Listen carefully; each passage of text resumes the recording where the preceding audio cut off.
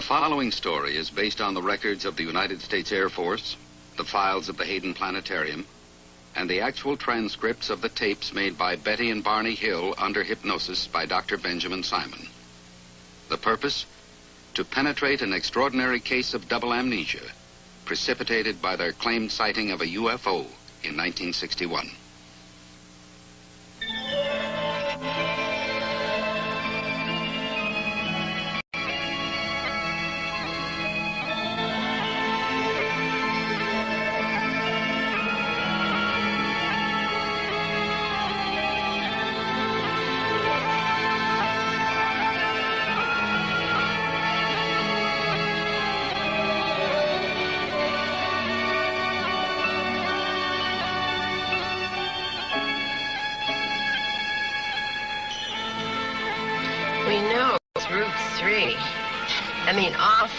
And we've been on every single side road, dirt road, dead end. And there's no road, there's no clearing, nothing. Of course there is. We just haven't found it yet.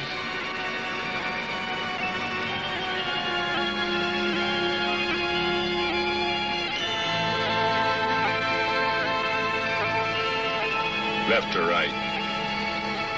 I don't know. Let's try right. I saw the thing. I knew I saw the thing. But if my best friend told me he'd seen it, I'd say he was crazy. Benny, there have been UFO sightings all over New Hampshire. Are you saying they're all nuts, all those people? Maybe, yeah, maybe. And it's crazy to keep coming back here. It's like a compulsion, like some of those people you deal with at work. Compulsive gamblers, compulsive wife beaters. What does that make us, compulsive travelers? What's so bad about that? Because we only travel to Indian Head. We only travel Route 3, looking for a road that doesn't exist. How many times have we been back here, Betty? 7, 8 times, and always end up exhausted and fighting each other. I don't want to fight with you, Betty. Let's not come back. Let's just decide not to come back again. Ever. But we will, you know. Well, you know. Oh, it's funny how we do that. Say the same thing at the same time.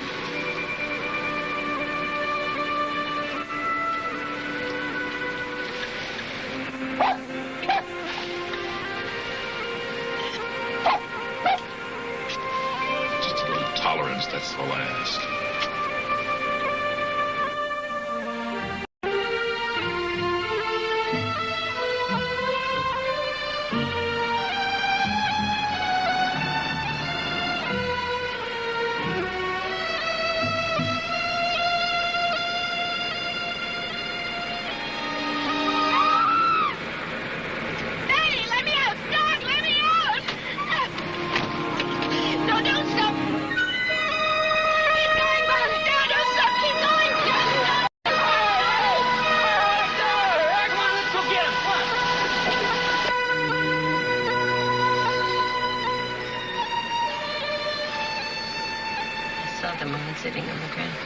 That was a dream, Betty.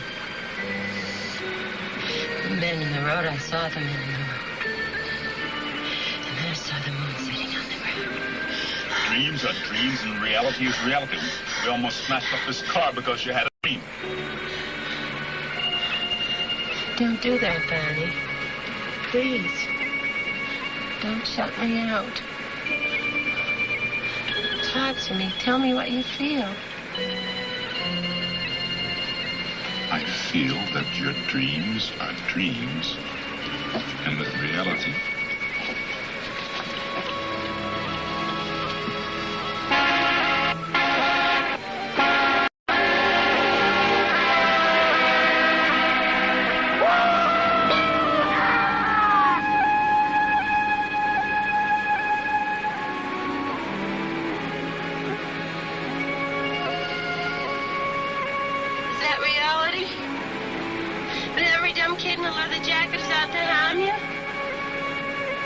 talking about? I wasn't scared, you were. Oh, don't do that, Barney. You were too. I saw your face before. And just now. I I was brought up to be careful, remember? It's like an old, scratched, broken record playing inside of me. Be careful, kid, or they'll kill you. Marrying me wasn't being very careful, was it?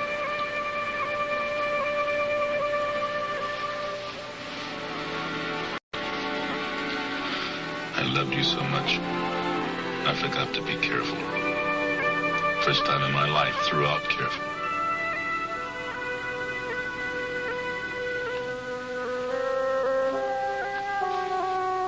Annie, what are we gonna do?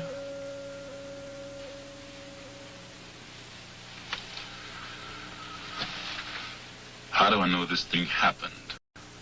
How do I know I wasn't just seeing things? I'm in this terrible position where I know it happened, but I can't get myself to believe it. And it's bugging me so much that my ulcers are kicking up again. Just when they were getting better. It's worse than that. I'm trying to minimize.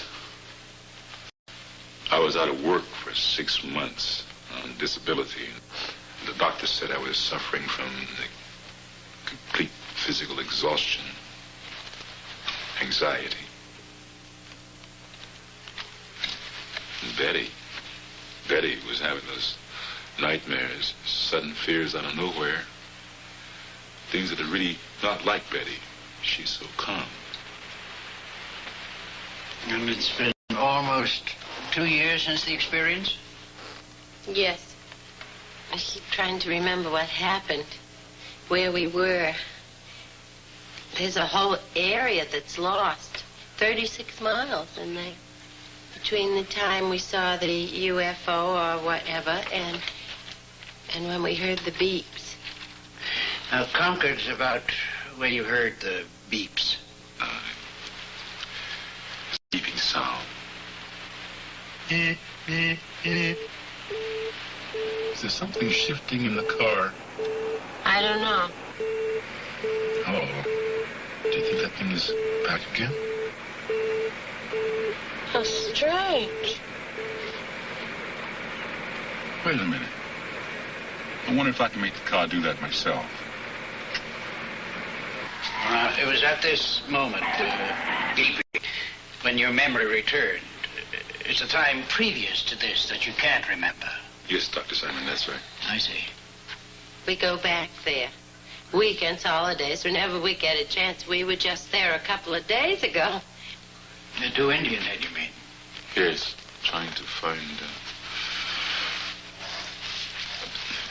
I sort of woke up from a daze and saw the sign, Concord 17 miles. Suddenly Concord. It was so strange.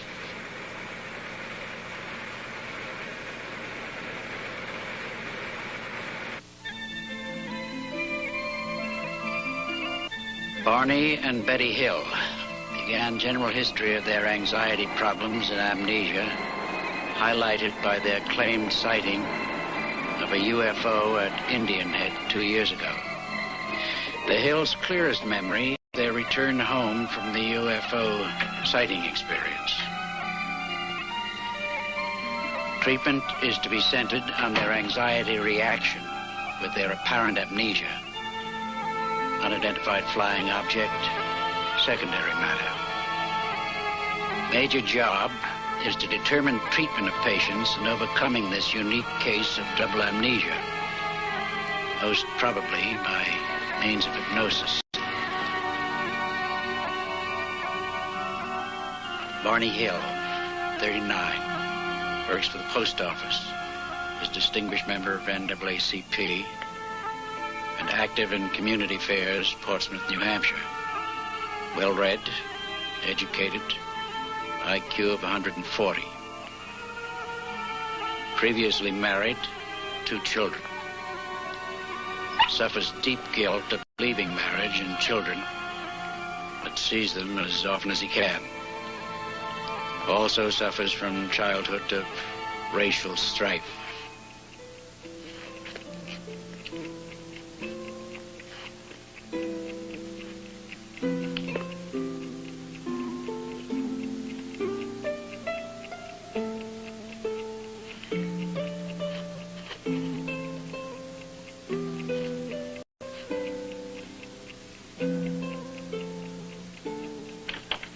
Betty Hill, 42.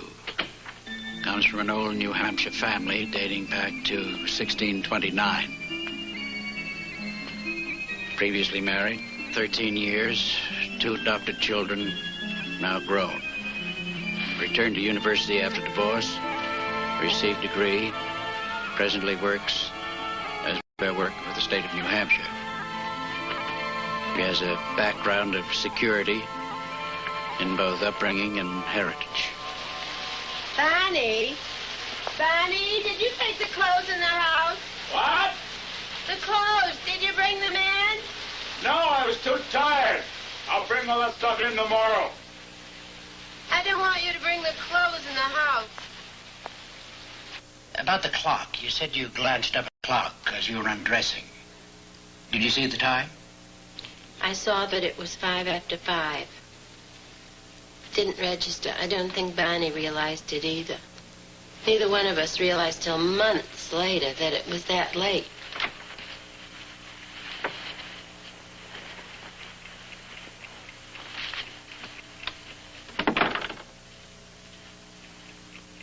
Wasn't that strange, Bonnie? Whatever it was.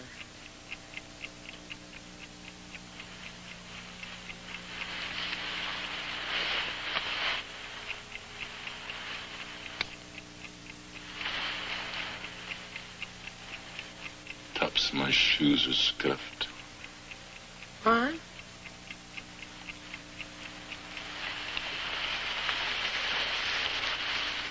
Tops of my shoes are scuffed. I don't understand. How could that be? I don't know.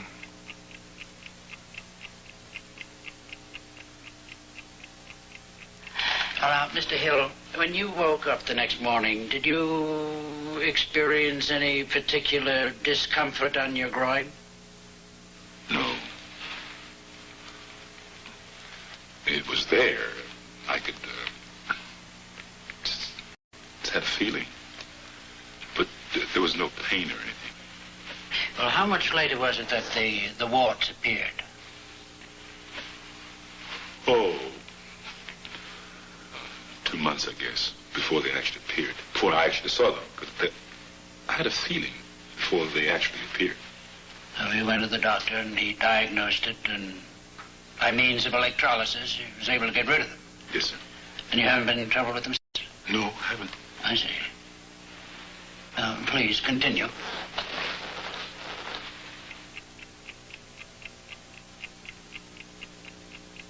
Betty, I don't want to talk to anybody about last night, all right? All right. Guess. If you want to talk about it, we can just talk about it to ourselves.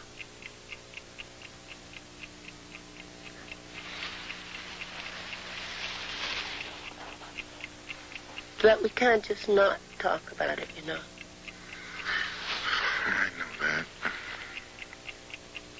I want to talk about it to you. I don't like feeling alone with this thing. You're not alone with it, love. How would you be? We wondered about it, and we talked about it, and then I asked Bonnie if he thought we could draw what we saw. And he didn't want to do that. But Betty found a way to talk me into it. Well, I'm good at that.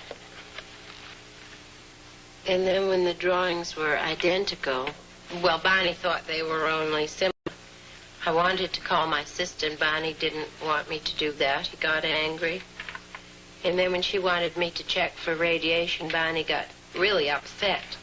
Where's the compass? Where's the compass? I don't know what you're talking about, Betty. The compass, where's the compass? I don't know where it is. How am I supposed to know where the compass is? Come on, Bonnie, you're a big help. It's in the drawer where it always is. Why don't you look before you ask? It's always there in the same place. Betty, listen. I think you're getting too excited about all this, and I think you better calm down. I think we just better forget about all this. Bonnie, would you please come outside? and look at the back of the car and see what happens to this compass? Janet says a compass works like a Geiger counter. And if the car has any radiation... Oh, Betty, it's all so ridiculous. A car is made out of metal, and any metal would attract a compass. Compass just went crazy. Near the trunk, the spare tire. Not near the battery, or where you'd expect it to. And there were these strange, shiny spots on the back of the car. I finally got Barney to come out and look at them. I figured if I humored her and looked, she'd calm down. Well, did the spots stay on the car? No, they disappeared. They didn't disappear. At least not right away. What happened is that when I had the car washed, they stayed. All right. Now, let's go on. Janet, it went crazy. Yes, the compass, and there were strange spots on the back of the car. Couldn't call anybody. They laugh at me. No, I'd be embarrassed. And Barney and I decided not to tell anyone. Not anyone else. Were you able to deal with that? To live with that? Yes. Well, yes and no. You see, so much of our life was so happy. We'd only been married about a year. And so many things were new. Especially for Barney. Why especially for Barney? Well, the only change in my life was that I was married to Barney. I lived in the house where I'd lived for years. I had the same job and the same friends. But for Barney, everything was different. He lived in Philadelphia in what was really an all-black society. And here in Portsmouth, it's pretty much an all-white society. It wasn't just a new marriage for Barney. It was a whole new life and new friends. Barney makes friends so easily. Our best friends then were Jack and Lisa McCraney. Jack's a lieutenant colonel at the Pease Air Force Base, and he and Barney just hit it off. I knew Barney wanted to tell Jack about what we saw. He kept putting it off. But I finally came out with it. The sighting, if it was a sighting, was still gnawing away at me. The sighting itself? No. Whether or not there was a sighting, and whether or not I was... we were seeing things. And Jack just confirmed my suspicion. He said in so many words that anyone that said they saw a UFO was nuts. And that only made things worse, you know. They were our best friends. They were around all the time. We could talk to them about anything at all, except UFOs. That subject was just plain taboo. And those terrible dreams were starting. Had you told Barney about your dreams yet? Mentioned them. He had so little time. Barney was working nights in Boston. 60-mile drive back and forth. We were, except for weekends, we were sort of passing in the hallway. The moon, you idiot. What are you barking at the moon for? Yes, well, I imagine they were long nights for you. Hard on you. Very long. I keep saying, though, you know, that we were having so much fun. Barney had joined the Toastmasters because he thought he couldn't speak in public. And he found out he could. Then he found out he could make people laugh. The house was filling up with old joke books and old routines on records. And he'd spring them at the worst possible moment. Not so fast, Riggins.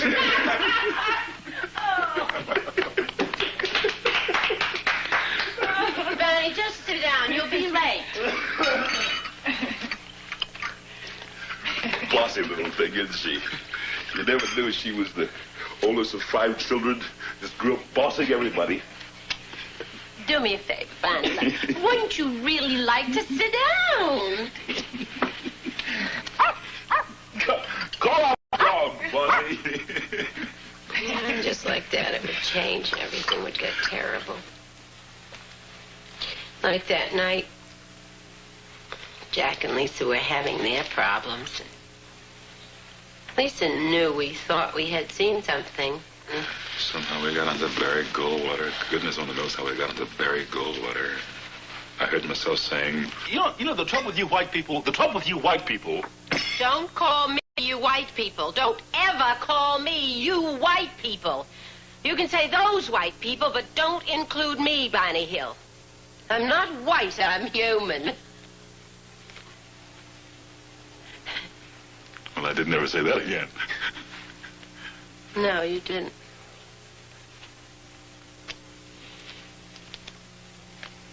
And then they were getting ready to leave, Barney, too, because he had to be at the post office by 9. And when they all were saying goodnight, you could have cut the tension with a hatchet. My fellow citizens, let no one doubt that this is a difficult and dangerous effort on which we have set out. The path we have chosen for the present is full of hazards, but it is the one most consistent with our character and courage as a nation and our commitments around the world. And then Barney came back. He said he was going to call in sick. He was so worried, and he was just lying there with this white cloth over his face to help his headache. Better? Not much. Barney, I want to ask you something. I can't, not with that thing over your eyes. It was your idea. This probably isn't the time, anyway. But I really wanted to ask you. Listen, Betty, I was just listening to the news. Barney, I said I wanted to ask you something. This is important, Betty, really important. If they actually do start shooting missiles. Who? Nobody's going to start shooting missiles, Barney. If they do, and we're together, if I'm at work and can't get here, now listen to me. What I want you to do is make your way to your mother's house. Now manage to get there. Is that clear? Yes. Yes, sure. Good.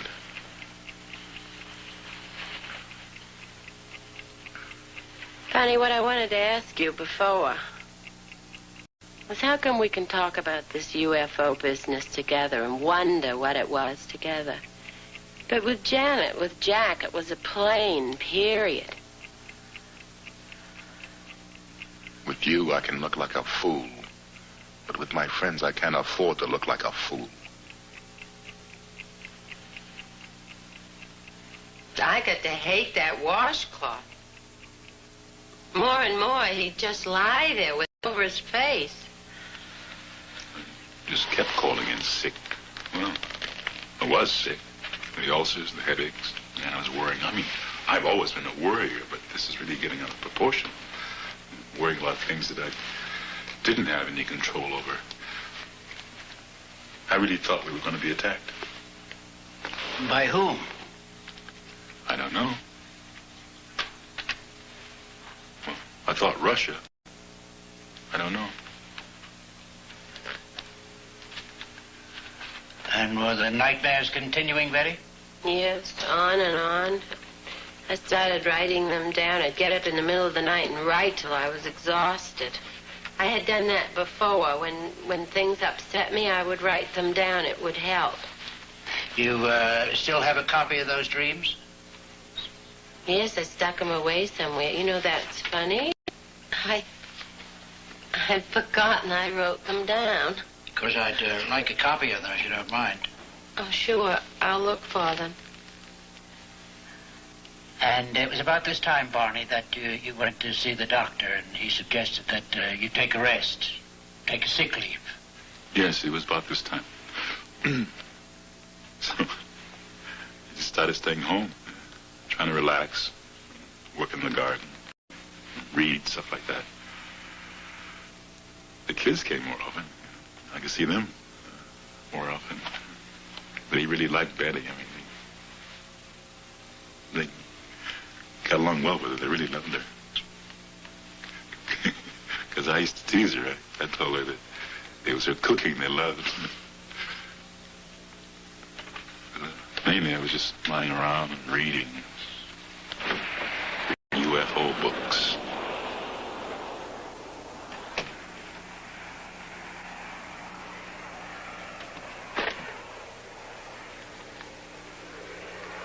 Hi. Hi.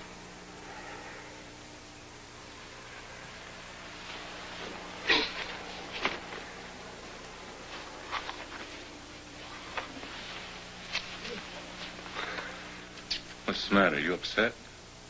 No, I'm not upset. Why? You weren't smiling. When you came in, you weren't smiling. I didn't notice. I did. Well, obviously you did, or you wouldn't be uptight about it. No, I'm not uptight.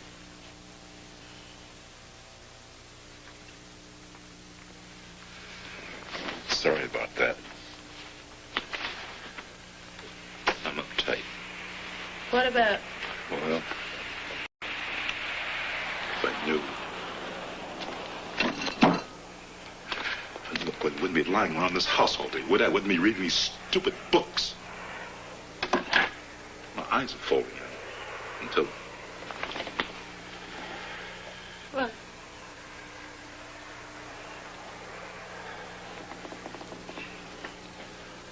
Till I think I'm nuts as they are.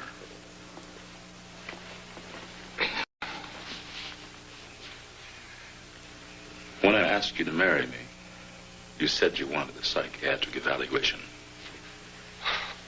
But don't laugh, you may have been right.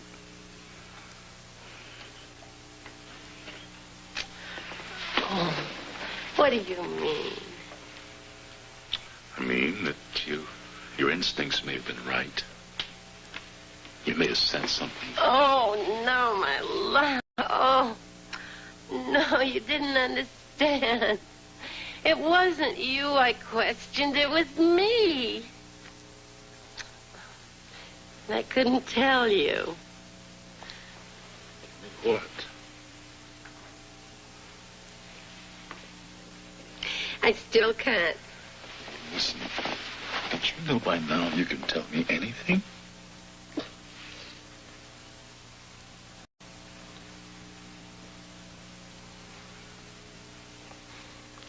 I'm not pretty. Who says?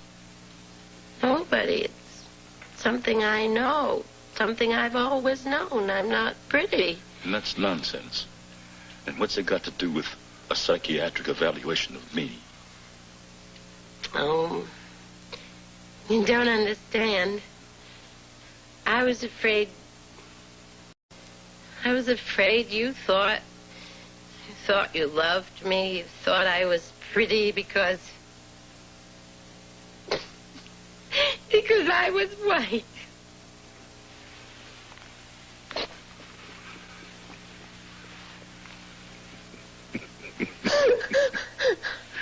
Eddie, that's like me being afraid you love me. You only love my beautiful black body. I do. Oh, well, there's that, too. You're right. You're not pretty. You're beautiful. And I see the whole world, Betty. I see every bit of beauty in the whole world in your face. No. I see you, Betty.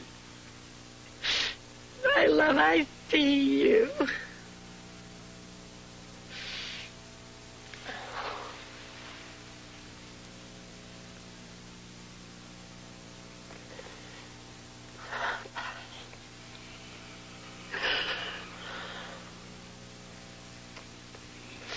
This is the way it should be. This is the way it was. Well, finally I convinced it that we had to report it. She cried. That's really what did it. Well, whatever did it, we did call. I wasn't too impressed with how the Air Force handled it. But when Wayne Webb from the Hayden Planetarium contacted us, then I knew that Betty was right. We had to tell everything we saw.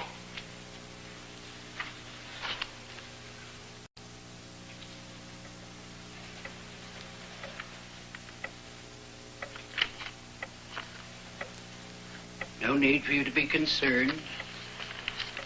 No need for you to be worried. You are deeper and deeper asleep. You are deep asleep. You will remember everything, and you will tell me everything. It is now September 19th, 1961. You will remember everything, and it won't trouble you. Your memory is sharp now.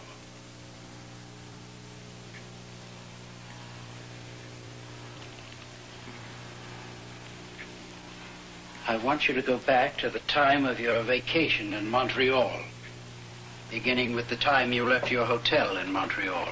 Yes.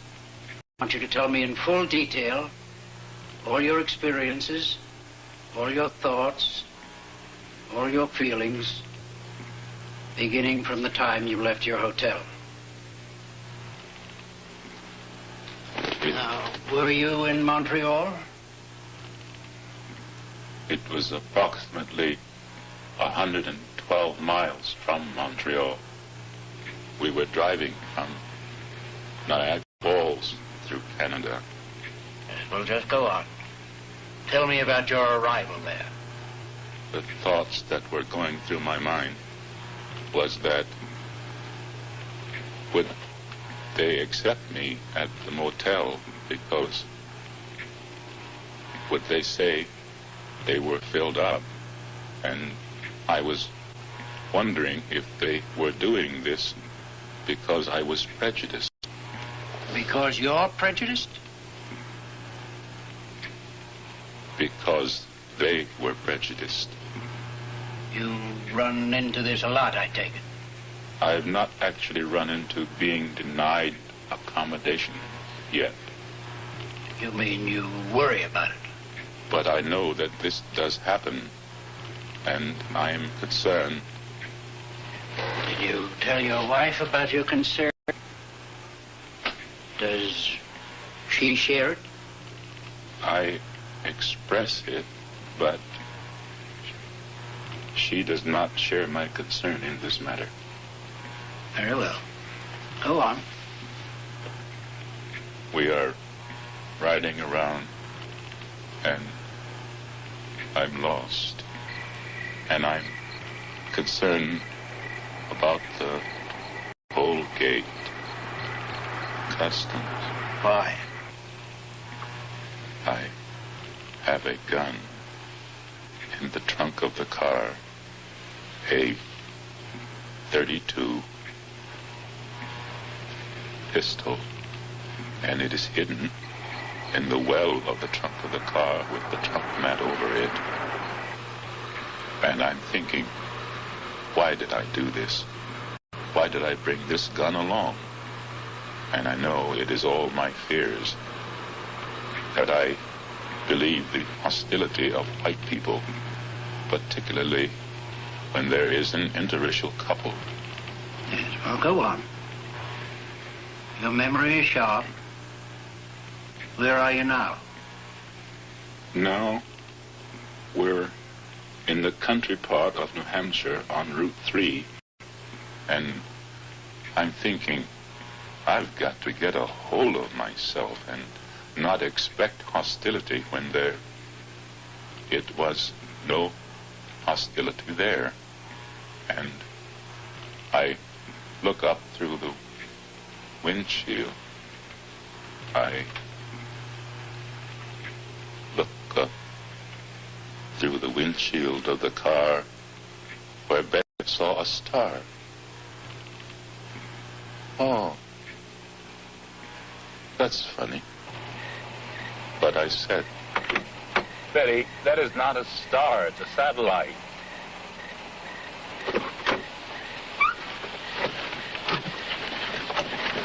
Come on, Dulcie, let's get out.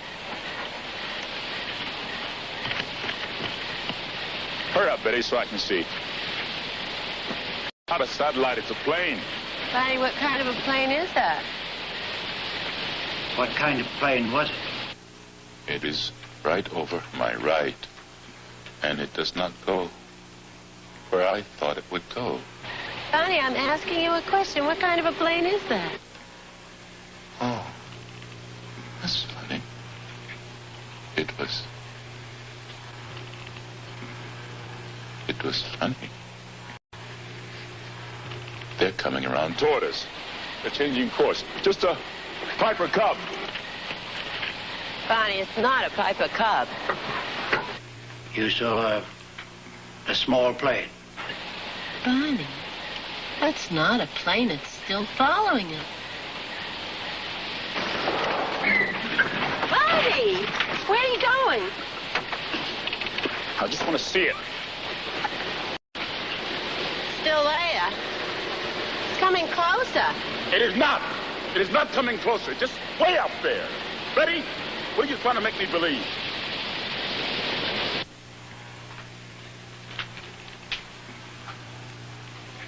All right. We'll stop here for now.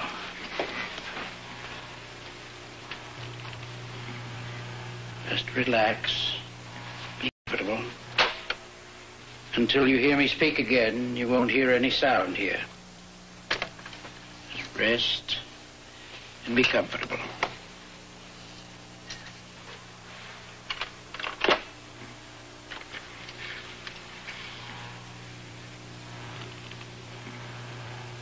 All right, you may proceed now. And I'm wondering, why doesn't it go away? Do you still think it was a small plane? And I'm wondering why these pilots, why they shouldn't do that. They shouldn't do that. And I can't hear any noise. And I think this is ridiculous. I can't hear any sound. And I want to get back in the car and get out of there.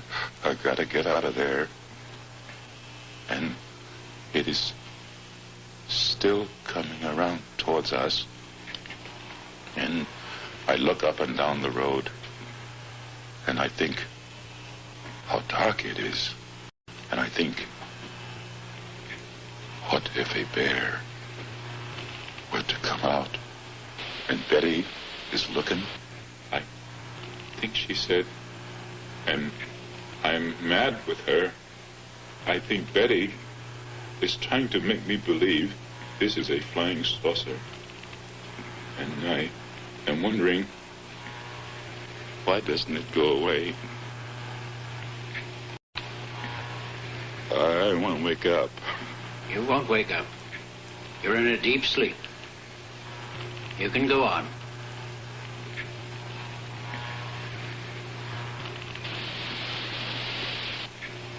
It's right over my right. What is it?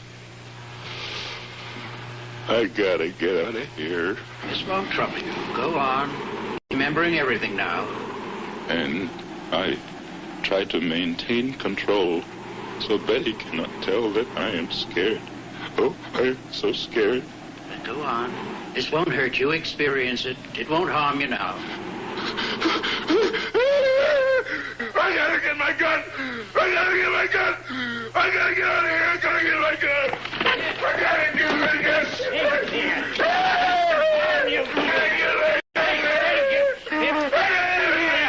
Nothing can harm you here.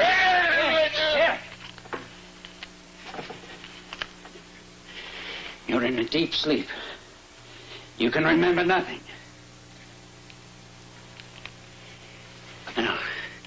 Now calm yourself. Calm yourself. Here, come on.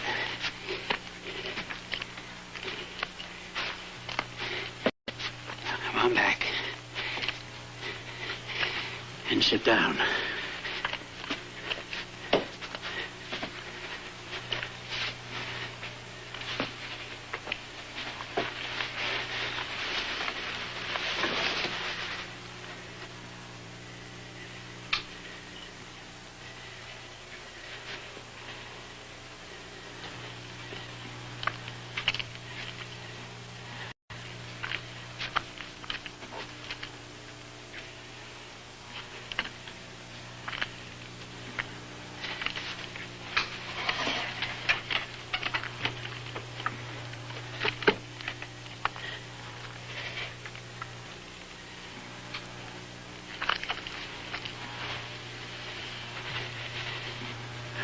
All right.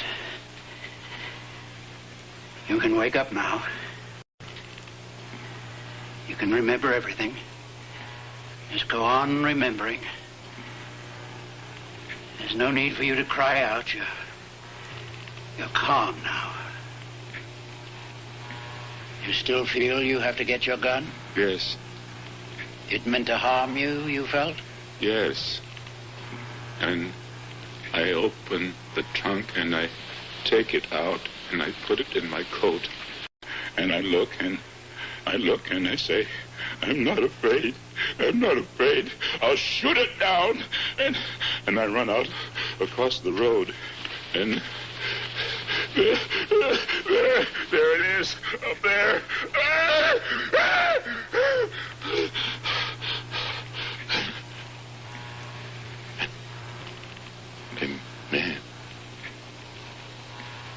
A man.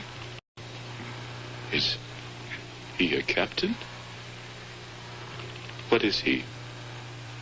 And he's looking at me, and I say, no, I have to shake my head.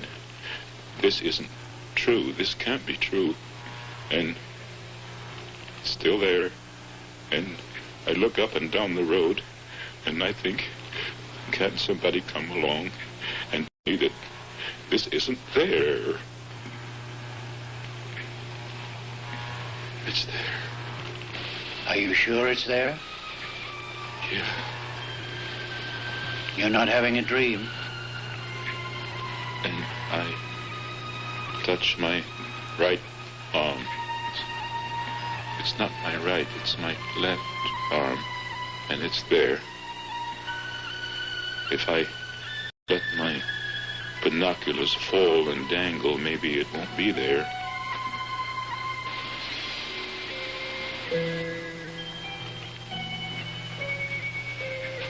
But it's there. Why? What do they want? What do they want? And this one person looked friendly to me. He's friendly looking. And he's looking over his right shoulder at me, and he's smiling, and he's friendly. But the other one, with the evil face, he looks like a Nazi. He's a Nazi. Did he have on a uniform? Yes. Did they have faces like other people? His eyes are slanted. Oh.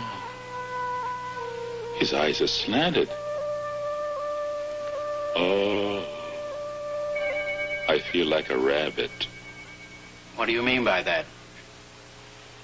When I was hunting for rabbits in Virginia, this cute little bunny went into a bush that wasn't very thick, and my cousin Marge was on one side of the bush, and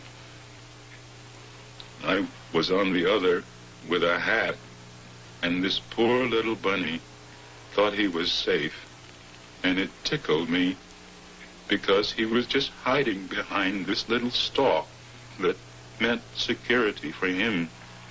And I pounced on him and threw my hat on him and captured the poor little bunny that thought he was safe.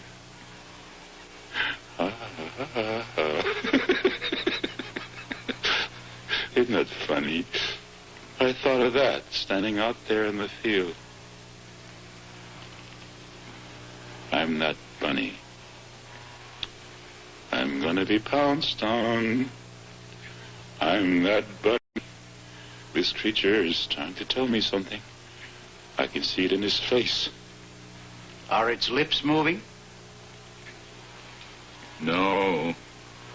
His lips aren't moving. But he's looking at me and he's saying to me, don't be afraid. Did you hear him tell you this? No. You felt he said it? I know. And he said, just stay there, he said. And he's telling me not to pull the binoculars away from my eyes. And oh, God, give me strength. I'll fight it off. I'm not afraid. And I run out across the road. There it is, up there. Oh, those eyes. Oh, can I please wake up? Just a little longer. You'll get through this, all right. I don't understand. The eyes don't have no body. They're just eyes. Oh. Oh, that's what it's got to be. A wildcat up a tree.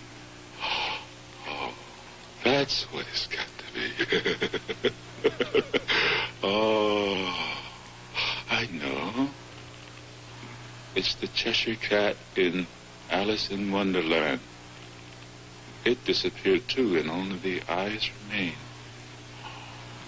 Oh. You don't seem to be frightened anymore. No, they're not gonna do anything bad. Just floating about. I'm that bunny. I've been captured. But just floating about. It's so ridiculous, isn't it?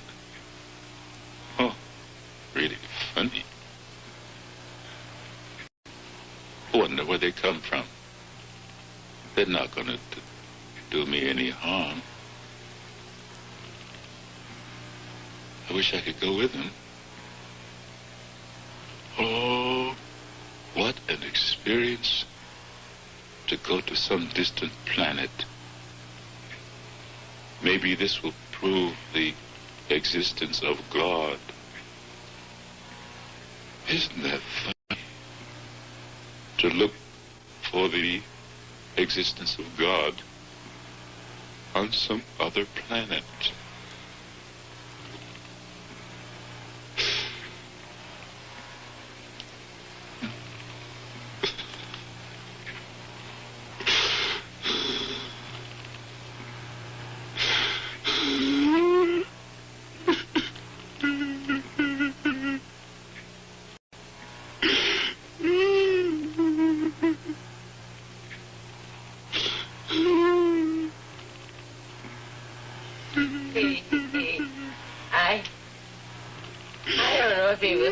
Or crying, but he said to me they were going to capture us. They're going to capture us. We gotta get out of here. Look out, you can see them. They're right overhead. They're right directly over our car.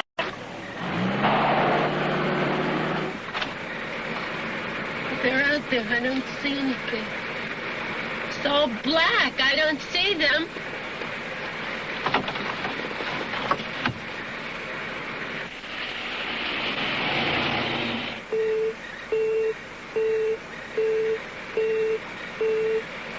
What's that? What's that noise? I don't know. Now, just a moment.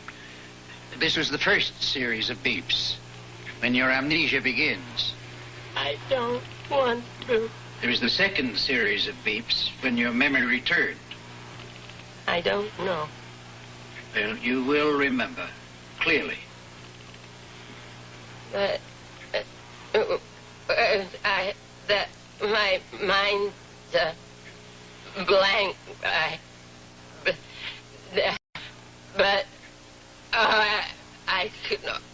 I almost remember. You can remember.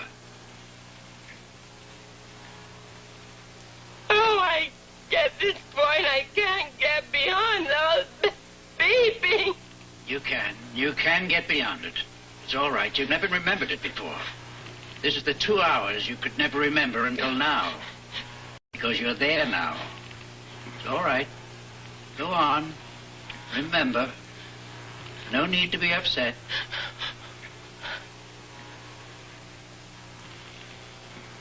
I'm not supposed to.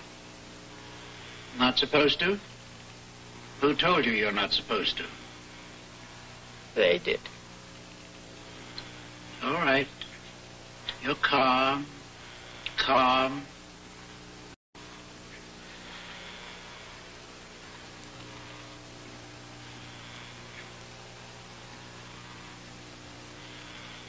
We're driving along.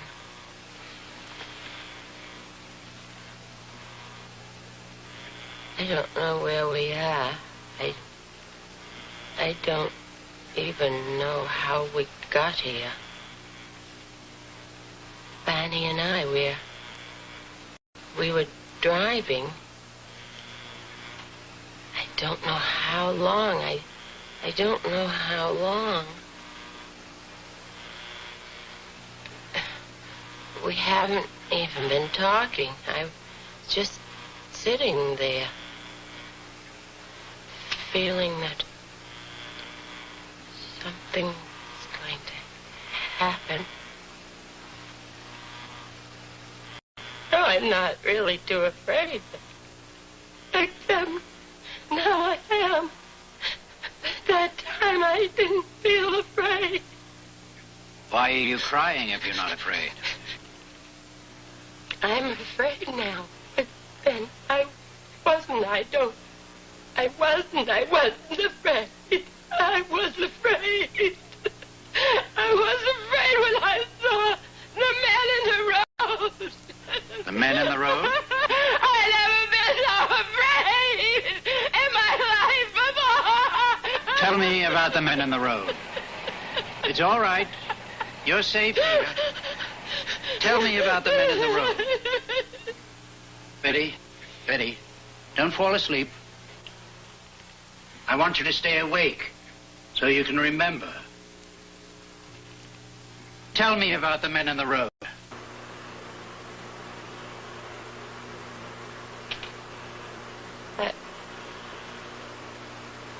I wasn't too afraid of the men. When I saw them, they were standing there. But I thought, oh, well, you know, they're not so awful. I don't know, I wasn't too afraid when I saw them. They were just, no, I couldn't get a good look at them.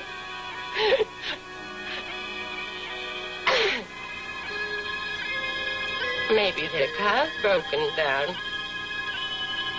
What are they doing here?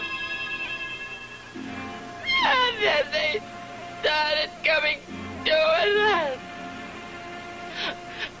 And when they did that, I got really scared.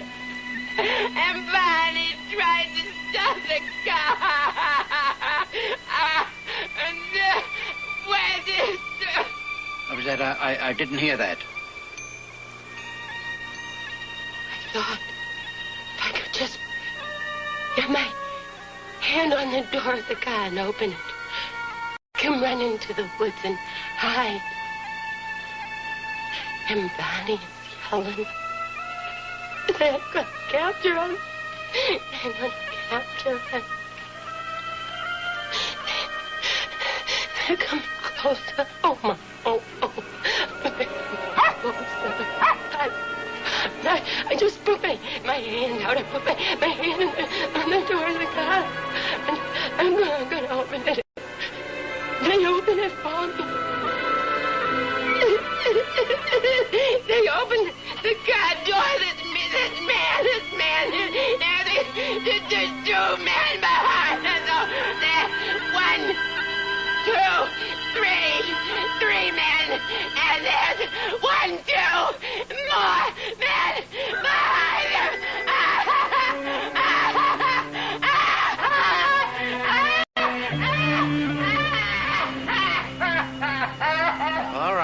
All right.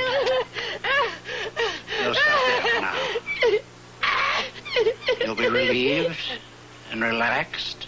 When you wake up, you won't remember anything that's transpired here. You won't remember anything until I ask you to recall it. All right. Comfortable and relaxed and at ease.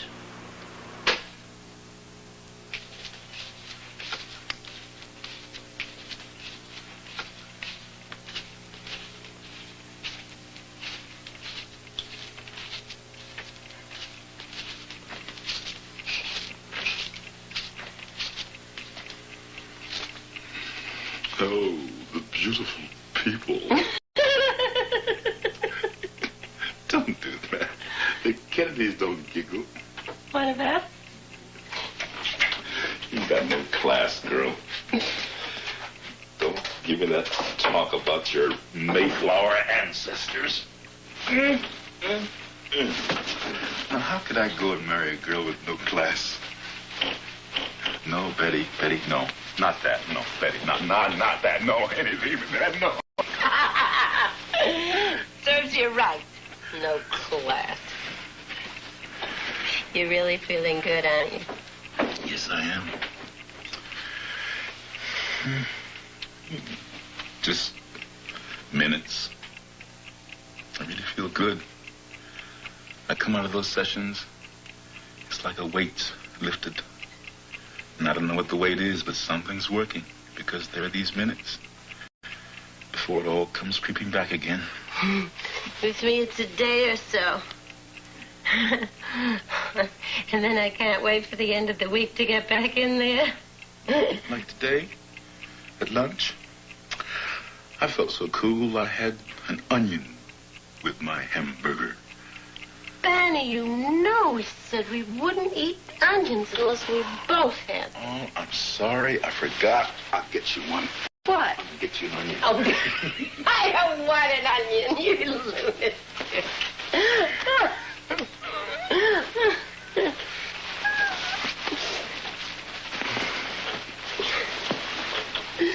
It's really strange, isn't it? It really is. So amazed. So curious. Just dying to find out what's going on in there. So am I. It's amazing. I didn't think I could be hypnotized. It's so unlike me. Just have to be in control all the time. But I walk in there and bang. I guess I trust him. Really, Barney Hill trusting somebody. Except me? And him. Yeah, it's funny. I trusted him right away. And I. Oh, yeah, but you're used to trusting people.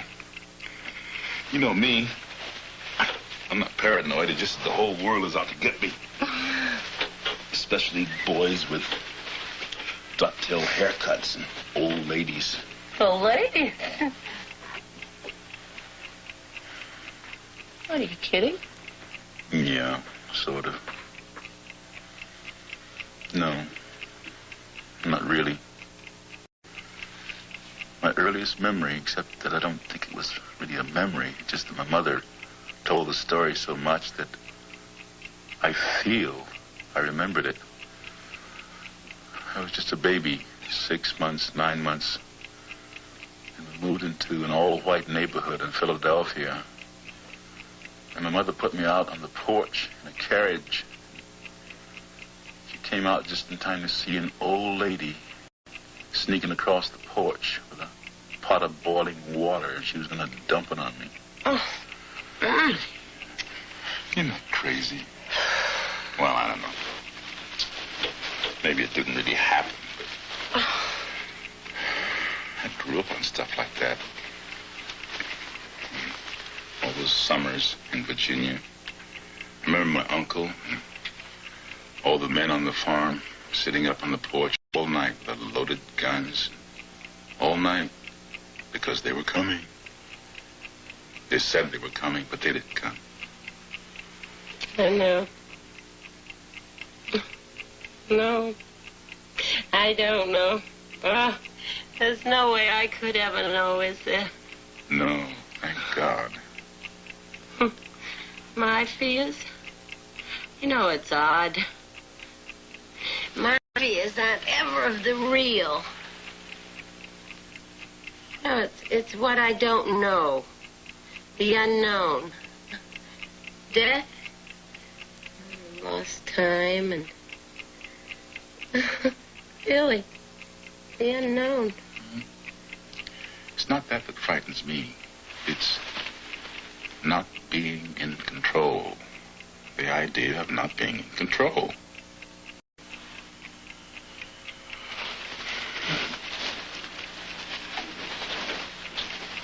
You promise me something? If I get a stroke, something like that paralyzes me so I can't. Would you put a pillow over my face? That's not fair, Barney. Barney, that's not fair to ask me a thing like that now. Ask me to promise. All right, don't promise now, but if. Just decide then, knowing. Okay, I'll decide then, when you're 102. It runs in the family, you know, strokes. And I truly am scared. I would have told you about that and asked you about that before, but I didn't want to frighten you. Would you be all right? No. No, I wouldn't be all right. Oh, baby, don't cry. Didn't mean to make you cry. Yes, you did. You did. Everything was just fine. We were laughing. We were fine. You had to spoil it. You had to.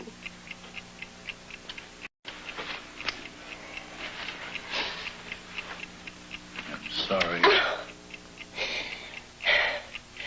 I know. I know. So am I. Oh, we're always sorry. We keep right on doing it. And we're sorry.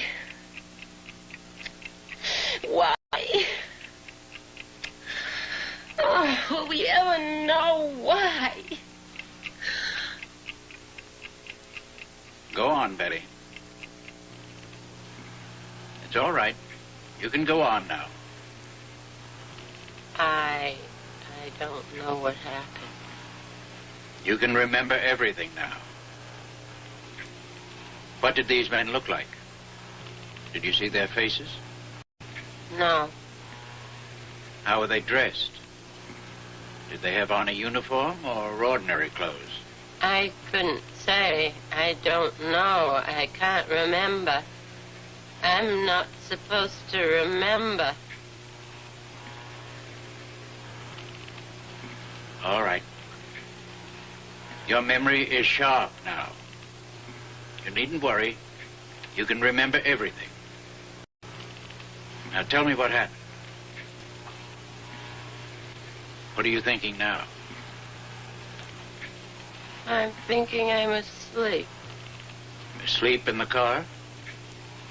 I'm asleep and I've got to wake up. I don't want to be asleep. I keep trying to wake up. And then I open my eyes. I'm walking through the woods. I open my eyes quick and I shut them again. And Barney is behind you? There's a couple of men behind me, and then there's Barney. There's a man on each side of him. And my eyes are open, but Barney's still asleep. He's walking and he's asleep. And then I begin to get mad. And I said to myself, who the heck are these characters and what do they think they're doing? And I turn around and I say, Barney, wake up. Barney, why don't you wake up? And I'm getting really annoyed at Barney. And I say, Barney, wake up. Is Barney his name? And I didn't answer. And then the leader, there's no reason to be afraid. We just want to do some tests. And then when the tests are over, we'll take you and Barney back to your car. You'll be on your way back home in no time. And then come to a clearing. And there was, I wish it were light so I could get a better picture of it. There's a ramp to the door. The object is on the ground. The moon sitting on the ground. The object was on the ground? I think that's the same one I saw in the sky. And I thought it was the moon. Go inside, and there's a corridor to the left. In the corridor, there's a room. Men who spoke English is in the room. And then another man comes in. I haven't seen him before. I think he's the doctor. And they both look through this machine here and here. What do you think they were doing? I have an idea. They're taking a picture of my skin. They're doing all kinds of things. And then they took something like a letter opener, only it wasn't, and they scraped my arm here. And then they put the little skin scraping in a piece of cellophane or plastic, something. And then they feel my hair back on my neck and take a couple of strands and pull it out. The examiner tells me to take my dress off before I even have a chance to stand up to do it. Your dress has a zipper down the back? Yes, it zips down the back. The examiner unzips it and flips my dress off. And they're talking. I don't know what they're saying. I couldn't understand that part. I want to do some tests. I want to test your nervous system. I don't know how our nervous systems are, but I hope we never have nerve enough to go kidnapping people off the highways as you've done. I'm lying on the table. I don't know what they're doing, but they seem so happy with whatever it is they're doing. And they touch me with a needle. Doesn't hurt. It's something like a TV screen. And then they turn me on my stomach and then back over on my back. And I see the doctor has a long needle in his hand. Go on. Go on, it's all right. What are you going to do with that? And he tells me that it won't hurt. He just wants to put it in my navel. It's just a simple test. Stop, it's hurting, it's hurting. Take it out. And the leader comes, he rubs his hands on my eyes and says it will be all right. I won't feel anything. The pain's gone away. Still sore when that needle in. I don't know why they did that, because I told them they shouldn't do it. Did they make any sexual advances to you? No. I asked the leader, I said,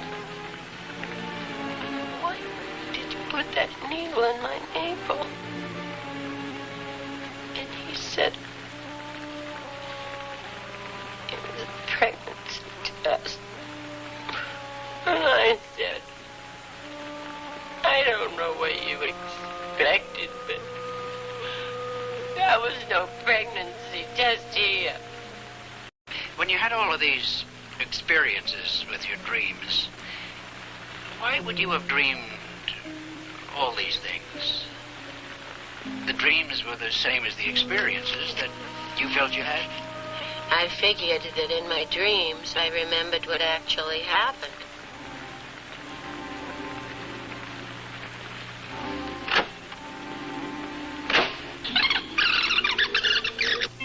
Did these men speak to you? Only the one I thought was the leader. What kind of language did he use? He did not speak a word.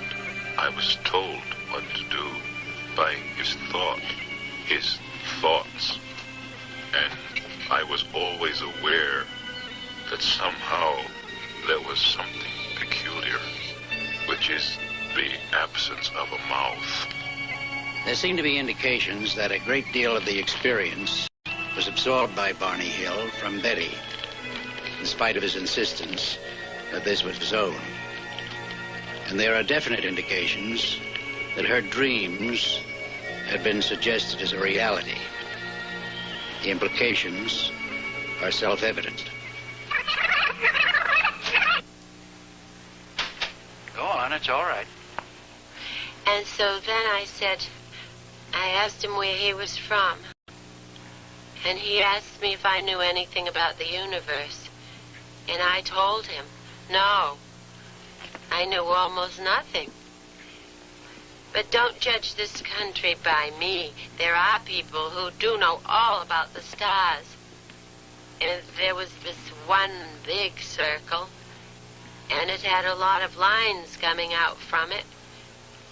And then to another circle, quite close, but not as big. You think you could draw the map? Yes, I think so. He said these were places they went to occasionally, and the broken lines were expeditions. And I asked him again where his home port was, and he said, where are you on the map? And I looked.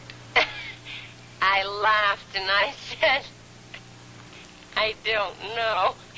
And he said, if you don't know where you are, there isn't any point of my telling where I am from. Or did they actually speak English? I've been telling myself I heard them in English with an accent, but I don't know. Could it have been thought transference? No. I knew what they were saying, and they knew what I was saying, but if it... I knew what they were thinking. I knew what they were thinking.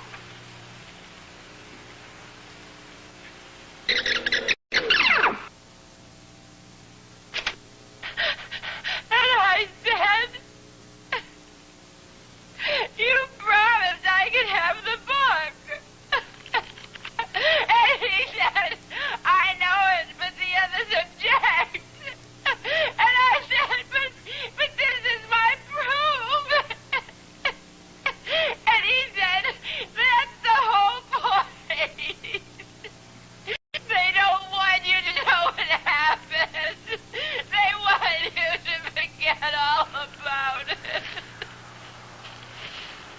I won't forget about it. You can take the book, but you can never, never, never make me forget.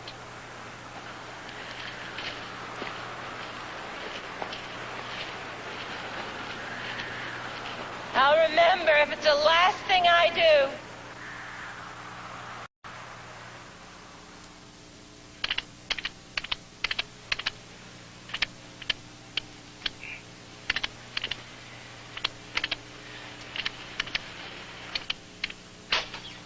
think they were examining your skin?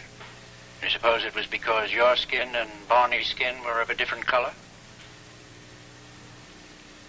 I don't know. I think it's because their skin and mine were different. And I started to get out of my car, and I felt myself supported by two men, and my eyes were closed. Now, just a minute. Didn't Betty tell you this? No, Betty never told me this. But didn't she have dreams of this and talk to you about them? Betty said that we were inside a UFO in her dreams, not how we got there. Yes, but didn't she tell you that you were taken inside? Yes, she did. Well, then she told you everything that was seen inside and about being stopped by these men. No, she did not tell me about being stopped by the men. She did not have this in her dreams. I saw this.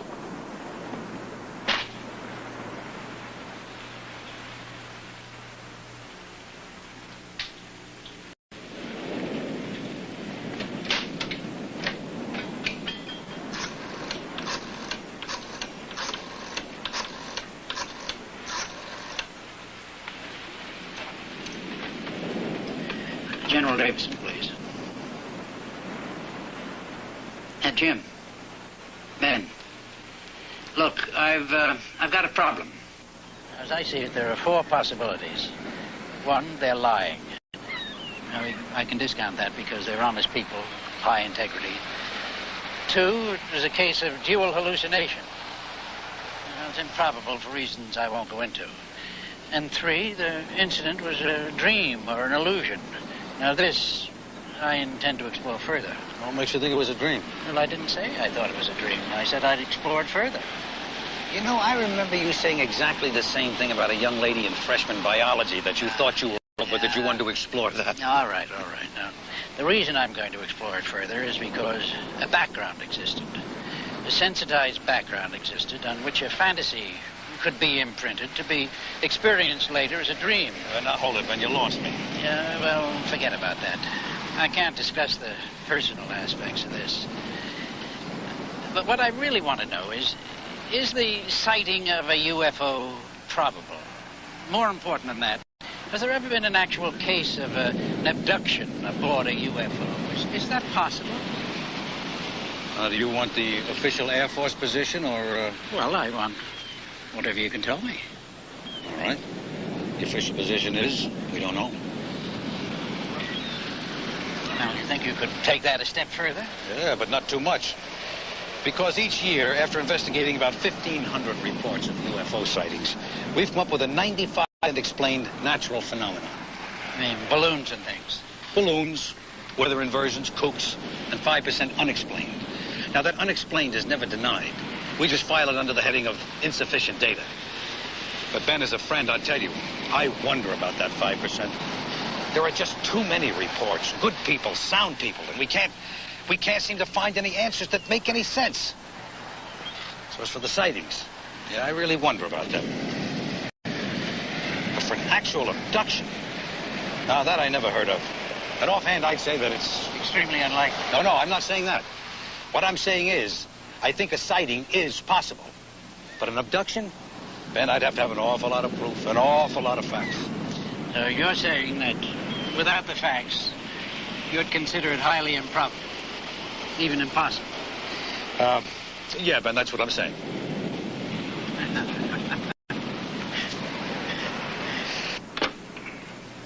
Barney and Betty Hill have hypnotized each of them separately, and each of them separately remembers in general the same experience. I suspect that in this stage of therapy, the sighting of an object, which could possibly be a UFO, triggered an externalized fantasy, a fantasized trauma which the Hills have projected their inner turmoil. I just had a hysterical thought. What if Dr. Simon were a spaceman? Oh, Betty, don't be ridiculous. Neither Barney Hill Now, Betty Hill realized that their experience, as described, almost identical to the long report that she wrote about her dreams. If he changes his mind and decides not to let us start listening today. Of course he's going to let us listen. He said so. Oh, Barney, don't be ridiculous.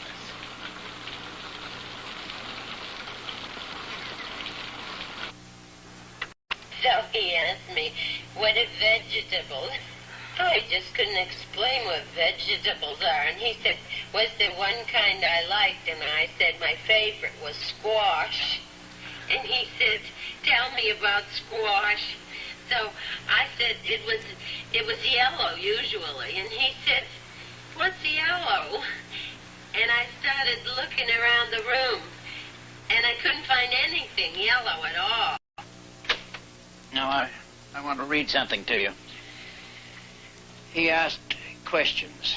What did vegetables look like? My favorite one, squash. What did it look like? I tried to explain the color of it and looked for some yellow coloring in the room, but could not find any. It's from my dream. What I wrote down. Yeah, well, now, I want to explain something to you that you probably know already. The rules operate for the conscious mind, don't operate for the unconscious mind. Things are and are not all at the same time. Now, under hypnosis, what a subject believes determines what is truth to him. Wait a minute. Would you say that again? Well, in other words, what comes out under hypnosis, you believe to be true. It is true for you. But a fantasy or a dream can be as true for you as reality.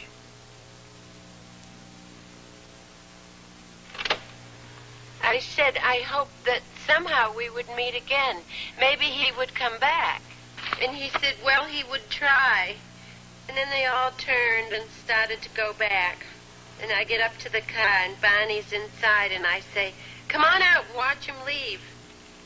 Don't be afraid, Delcy. There's nothing to be afraid of. And so we're watching them leave, and it starts glowing, getting brighter and brighter. It's a large ball, a big orange ball, and it's glowing and rolling just like a ball. And I'm so happy. Suddenly, the ship became a bright glowing object, and it appeared to roll over like a ball, turning over about 3 or 4 times, and then sailing into the sky. There's one thing I don't understand. Suppose it was a dream. Could we have both had the same dream? Well, that's an aspect that's been puzzling me, and no, I don't think it could. At first I thought, because Barney was more ready for a trauma, that he had transferred a fantasy to you.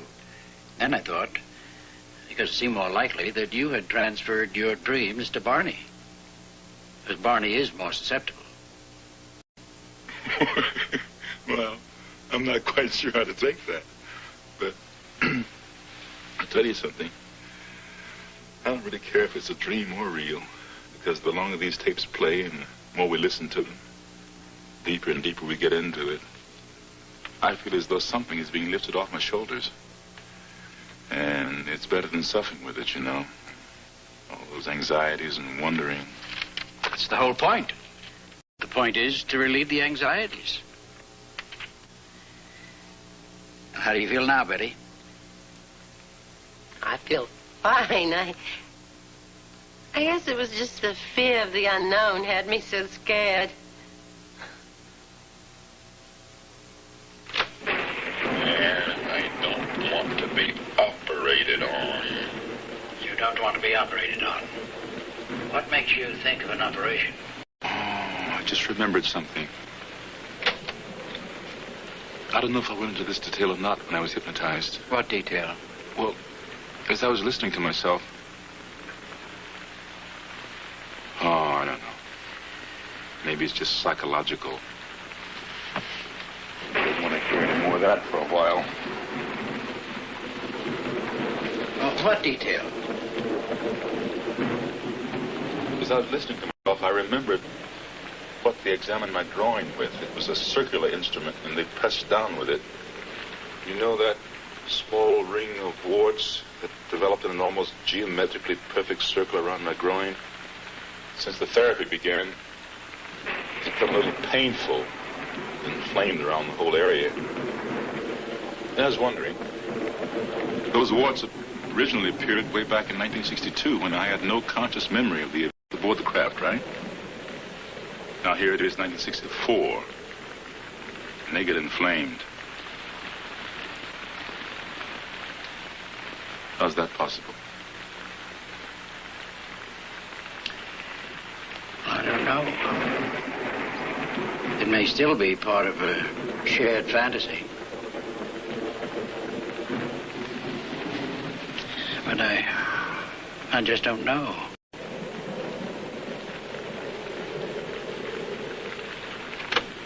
I won't wake up. You won't wake up. You're in a deep sleep. You can go on. And I look and I say, I'm not afraid. I'm not afraid. I'll shoot it down. And I run out across the road. And there it is.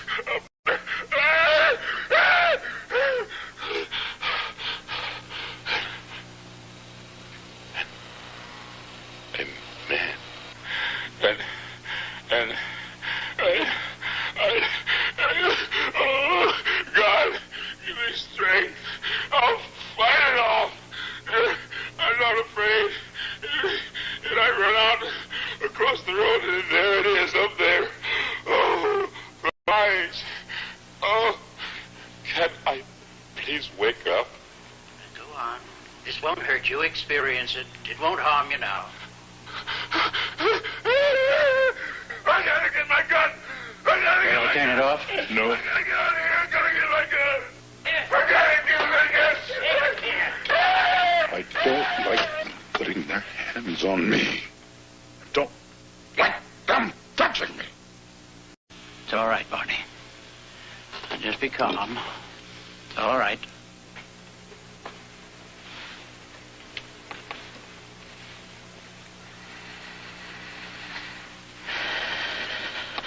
Dr. Simon, I don't want to offend you in any way, you understand? I have a great respect and admiration for you. And I can only thank God that we came to you with all this. But your theory about dream or fantasy, it's real. It did happen. I know that now.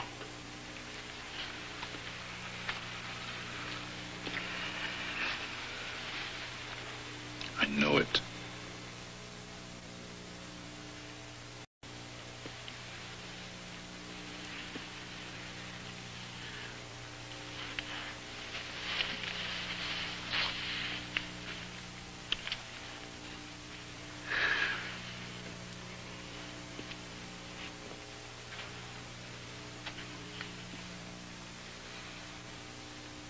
Dr. Simon, I haven't said before either how grateful I am. I just want to say, too, thank God we came to you with all this. Well, thank you, Betty. Barney. Thank you both.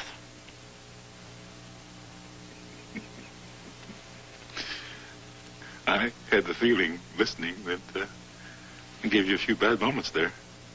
Oh, I tell you. His little old heart went pit-a-pat a couple of times. You're a big man, Barney, and going for your weapon. I had that gun in my coat the whole time. Can you believe that? Walking along, my eyes shut. Scared little bunny rabbit. And a gun in my coat. And you didn't have a gun, and you're half my size, and you're telling those creatures off. Mighty Mouse. What in the world was I so afraid of? Hey, you didn't have a good time. Well, what do you think? You must have given it some thought.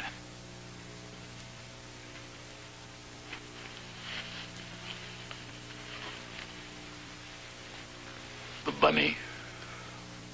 Capture. Bondage. Of any kind. Yeah. Of any kind. The dark. The dark? Well, that's all I did, you know. The child is frightened of his dark bedroom. You lead him slowly, gently into that dark, frightening room. Let him touch all the corners, all the objects that seem like monsters, until he knows that those corners are just corners. The monsters are just chairs and lamps. Dark bedroom, spaceship, or the mind. Hey, listen.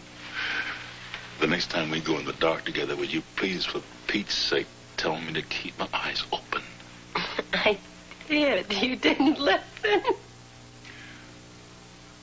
I will. Next time I will. With active treatment discontinued, Barney and Betty Hill settled down to their routine life. Betty Hill's schedule as a social worker for the state of New Hampshire was both demanding and rewarding.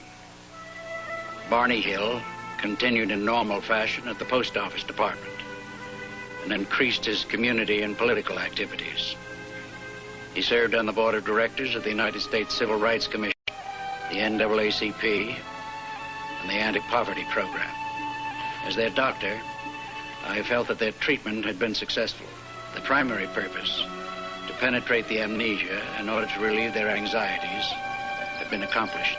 The question concerning the real or fantasized aspects of the trauma remains a question. Daddy was so silly. And I'm so proud of you. Oh, so proud. You remember when we were in the middle of all that mess? We were fighting all the time about just everything. Well, I told you. No, well, first you said that. Well, you know, you were talking about if you had a stroke, and you asked me if I would be all right. I remember. And I told you I wouldn't be. Well, Bonnie, that's not true what I said. I would be all right. You know why?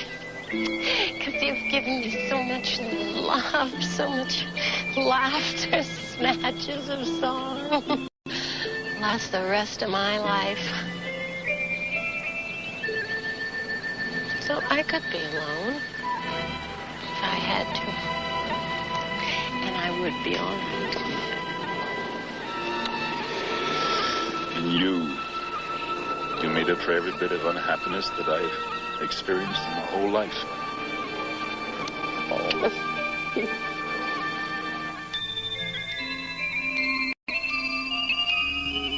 In 1963, under hypnotic suggestion, Betty Hill drew from memory the map shown to her aboard the spacecraft. Astronomers became fascinated, for what if the map corresponded to a pattern of real stars from an alien viewpoint? Astronomers reasoned that the majority of star systems likely to have life-supporting planets were located in the obscure southern constellation of Reticulum. Yet 3 stars in the cluster were unknown until 1969. No astronomer on Earth knew their position in 1963.